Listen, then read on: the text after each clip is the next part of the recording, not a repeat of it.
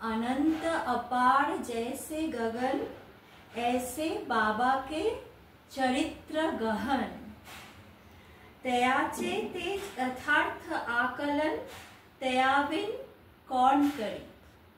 साई सच्चरित्रेर অভি 120 অধ্যায় 10-এ রয়েছে এই যে সাই সচ্চরিত্ররূপী যে সমুদ্র, তার যে যথার্থ যে বোঝবার ক্ষমতা, সেটা বাবার যে চরিত্র সেটা গগনের মতো অপার। সেই বিশাল আকাশকে যেমন বোঝার আমাদের বুদ্ধি দিয়ে বোঝার ক্ষমতা নেই বিশাল আকাশকে, তেমনি বাবার যে লীলা, সেই বাবার এক একটি লীলা বোঝবারও কিন্তু সেই সাই সচ্চরিত্রের প্রতিটি পাতায় পাতায় যে লীলা, যে কাহিনী বাবার রয়েছে, সেই লীলা কিন্তু বোঝার ক্ষমতা আমাদের সাধারণ বুদ্ধিতে সম্ভব না। तयाचे ये यथार्थ आकलन तयाविन कौन करी। बाबा ছাড়া এর যথার্থ আকলন, যথার্থ বিশ্লেষণ কেউ করতে পারে না। আর করতে পারা তখনই সম্ভব যখন বাবার কৃপা হয়, তখনই সেই যথার্থ বিশ্লেষণ করা সম্ভব। এবং সেটি সম্ভব যখনই আমরা শুদ্ধ চিত্ত শুদ্ধ মনে বাবার চরণ কমলে নিজেদেরকে সম্পূর্ণভাবে নিজেদের সঁপে দেব।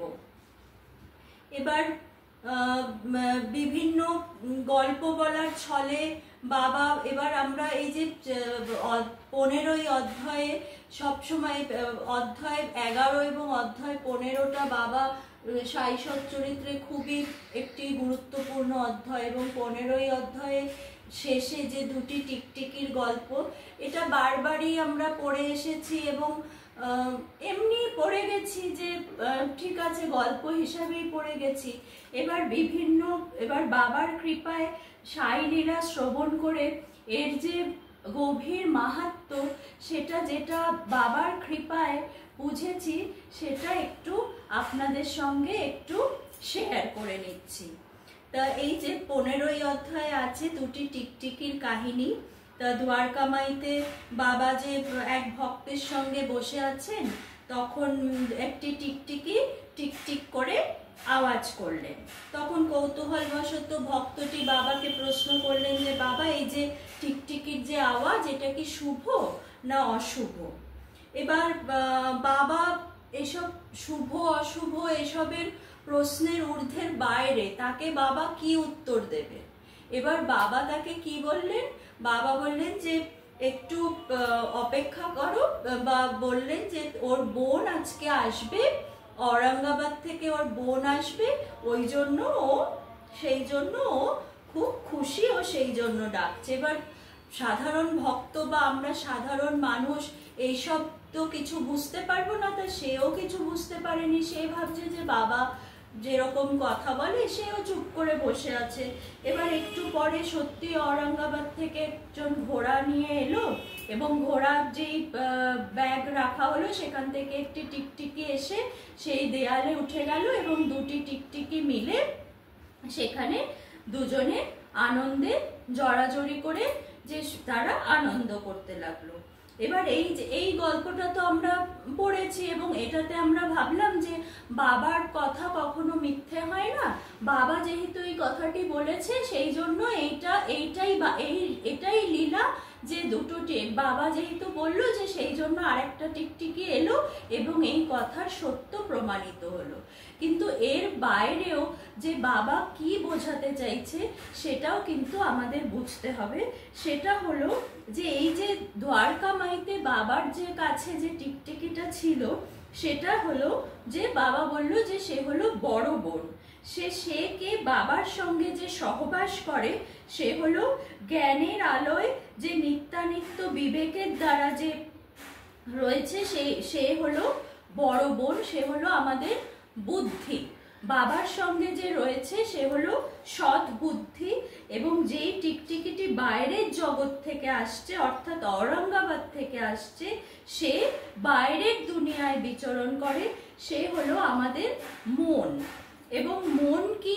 মন হলো চাওয়া পাওয়া, কামনা বাসনা এইসব নিয়ে ভরে আছে, এবং একটা জিনিস আমরা চাইছি, সেটা পেলে আবার আর একটা জিনিসের দিকে আমাদের মন চলে যাচ্ছে, এবং বাইরের জগতে আমরা আবদ্ধ, এবং আমরা যদি সেখান থেকে অন্তর্জগতে আসতে চাই তবে আমাদের কিসের দরকার? বাবার কৃপার দরকার এবং সদ্বুদ্ধির দরকার। এবং সেই সদ্বুদ্ধি রূপী যে বাবার সঙ্গে যে সহবাসকারী যে টিকটিকি, সে দ্বারকামাইতে বসে আছে। এবং আমাদের জীবনের সব থেকে বড় দ্বন্দ্ব যদি কিছু থেকে থাকে, সেটা হলো সদ্বুদ্ধির সাথে মনের লড়াই। এই গল্পটা কিন্তু ঠিক তাই। বাবার সঙ্গে সহবাস করে আমাদের বুদ্ধিকে কি করতে হবে? উদ্দীপ্ত করে যেই মনটা নাকি বাইরে ঘুরে বেড়াচ্ছে, যেই টিকটিকিটা বাইরে ঘুরে বেড়াচ্ছিল, তাকে কাবু করতে হবে।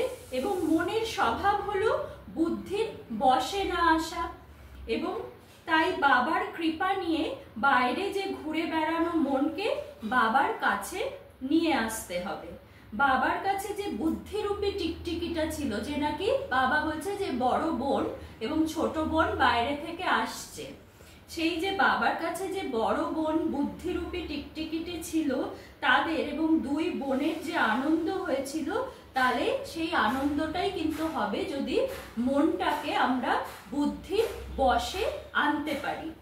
এবং দ্বারকামাইতে যে টিকটিকি ছিল, সে হলো সৎ রূপী বুদ্ধি, যে সৎ চিত আনন্দ। বাবা যে সচ্চিদানন্দ সদ্গুরু শ্রী সাইনাথ মহারাজের জয়, আমরা যে বলি সচ্চিদানন্দ সাই বাবা, সেই সৎ রূপী বুদ্ধি ছিল হলো ওই বড় দ্বারকামাইতে বসা টিকটিকি, এবং ঔরঙ্গাবাদ থেকে আসা টিকটিকিটি ছিল চিত্রূপী মন।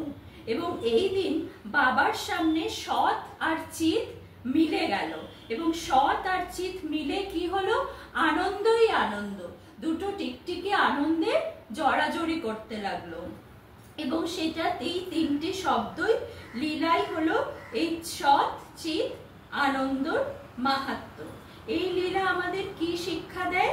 যে আমাদের মনকে সবসময় সুবুদ্ধি দিয়ে ভরে রাখতে হবে।